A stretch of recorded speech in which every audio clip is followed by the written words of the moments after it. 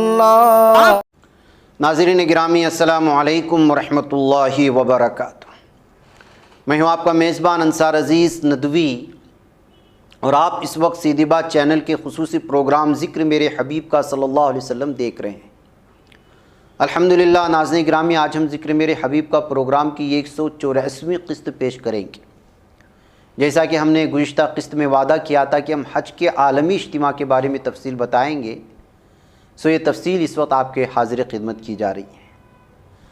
ناظرین گرامی، اس عظیم الشان اجتماع حج کا تذکرے کے سلسلے میں ہم یہ عرض کریں گے کہ جس میں محسن انسانیت صلی اللہ علیہ وسلم نے بنفس نفیس شرکت فرمائی، اور جس میں اسلامی تحریک کی انسانی قوت کا ایک سمندر حضور اکرم صلی اللہ علیہ وسلم کی نگاہوں کے سامنے موجزن ہوا۔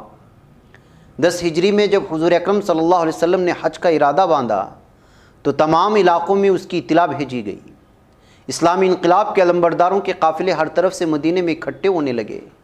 بندگان الہی کا یہ قافلہ چلا تو راستے میں بھی مختلف قبائل کی جماعتیں آ کر اس دریائے رواں میں شامل ہوتی گئیں۔ ازواج مطہرات سب کی سب حضور اکرم صلی اللہ علیہ وسلم کے ساتھ تھیں۔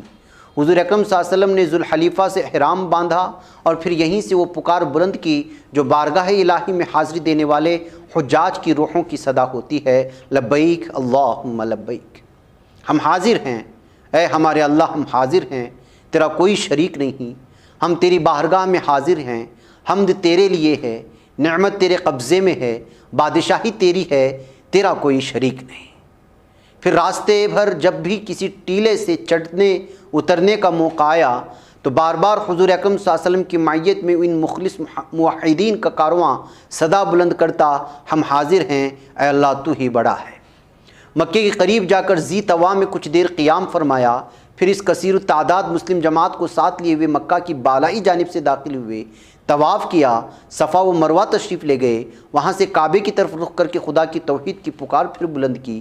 9 ذوالحجہ کو وادی نمرہ میں اترے، دن ڈھلنے کے بعد عرفات تشریف لے گئے، پہاڑی پر چڑھ کر قصوہ نامی اونٹنی پر سوار ہو کر خطبہ نشر فرمایا۔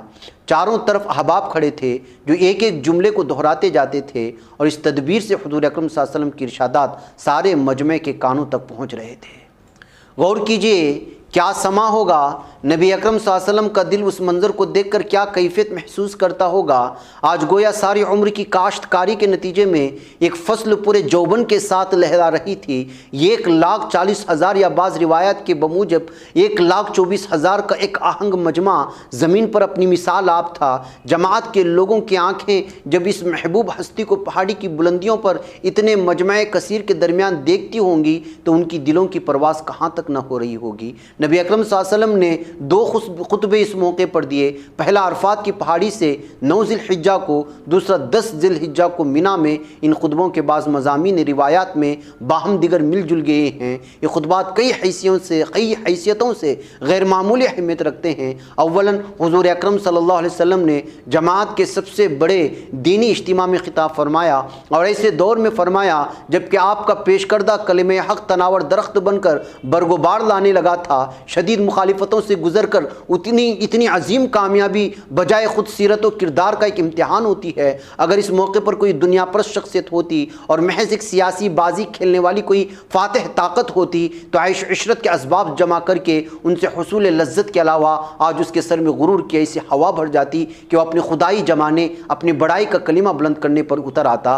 حضور اکرم صلی اللہ علیہ وسلم کے بجائے کوئی دوسرا نفسانیت زدہ شخص اس مقام پر پہنچتا تو مذہبیت کا سارا جھوٹا ملمہ اتر جاتا اور کامیابی کی اس منزل میں اس کی روح پنہا بے نقاب ہو جاتی۔ مگر یہاں پہلے سے بڑھ کر عجز تھا اور پہلے سے زیادہ خدا کے لیے حمد و شکر کے ترانے تھے۔ ثانیاً حضور اکرم صلی اللہ علیہ وسلم کی فراست نبوت سمجھ رہی تھی کہ جماعت سے خطاب کا ایک آخری موقع ہے، اس لیے گویا الوداعی وصیتیں فرمائیں جن کا ہر لفظ بیش قیمت ہے۔ ثالثاً ملکی کام کی اس تکمیلی مرحلے پر آ جانے کے بعد یہی موقع تھا کہ تحریک اسلامی کی طرف سے انسانیت کے نام کوئی پیغام اور کوئی منشور دیا جاتا، سو آپ صلی اللہ علیہ وسلم نے اس فریضے کو بحسن وجوہ ادا کیا۔ رابعاً، یہ خطبے حضور اکرم صلی اللہ علیہ وسلم کے کمال خطابت، آپ صلی اللہ علیہ وسلم کی شان فصاحت کے بھی نادر نمونے ہیں، اور ان کے ذریعے اس مقدس شخصیت کی عظمتوں کو سمجھنے میں مدد ملتی ہے۔ یہ پیش نظر رہے کہ ان خطبوں کا ایک حصہ مخصوص ملک کے حالات و مسائل سے متعلق ہے اور حصہ بین الانسانی منشور پر مشتمل ہے۔ نفس مضمون خود ہی اس تقسیم کو واضح کر دے گا۔ خطبہ عرفات کی تفصیلات کچھ اس طرح تھیں: تمام تعریفیں صرف اللہ ہی کے لیے ہیں، ہم اسی کی حمد کرتے ہیں، اسی سے مدد طلب کرتے ہیں، اسی سے اپنی گناہوں کی معافی چاہتے ہیں اور اسی کے حضور اظہار ندامت کرتے ہیں۔ ہم اپنے دلوں میں فتنہ انگیزیوں اور اپنے اعمال کی برائیوں کے مقابلے میں اسی کی پناہ مانگتے ہیں۔ جسے اللہ سیدھے راستے پر چلنے کی توفیق دے، اسے کوئی دوسرا گمراہ نہیں کر سکتا، اور جسے وہی ہدایت کی توفیق نہ دے، اسے کوئی راہ راست پر نہیں چلا سکتا۔ اور میں اعلان کرتا ہوں اس حقیقت کا کہ اللہ کے سوا کوئی الہ نہیں، وہ اکیلا ہے، اس کا کوئی شریک نہیں، اور میں اعلان کرتا ہوں اس حقیقت کا کہ محمد مصطفیٰ صلی اللہ علیہ وسلم اس کا بندہ اور اس کے رسول ہیں۔ اللہ کے بندو، میں تم کو اسی کی عبادت کی نصیحت کرتا ہوں، ترغیب دلاتا ہوں۔ میں آغاز کلام اس بات سے کرتا ہوں جو باعث خیر ہے۔ اس تمہید کے بعد میں کہتا ہوں کہ اے لوگو، میری باتیں غور سے سنو۔ میں تم کو وضاحت سے بتاتا ہوں، کیونکہ میں ایسا نہیں سمجھتا کہ اس سال کے بعد میں تم سے اس مقام پر ملاقات کر سکوں۔ اے لوگو، تمہارے خون اور تمہارے مال تمہارے لیے باہم دیگر حرام کر دیے گئے ہیں، تاں کہ تم اپنے رب کے حضور جا کے پیش ہو جاؤ، جیسے کہ تمہارے اس مہینے میں اور تمہارے شہر میں تمہارا یہ دن حرام ہے۔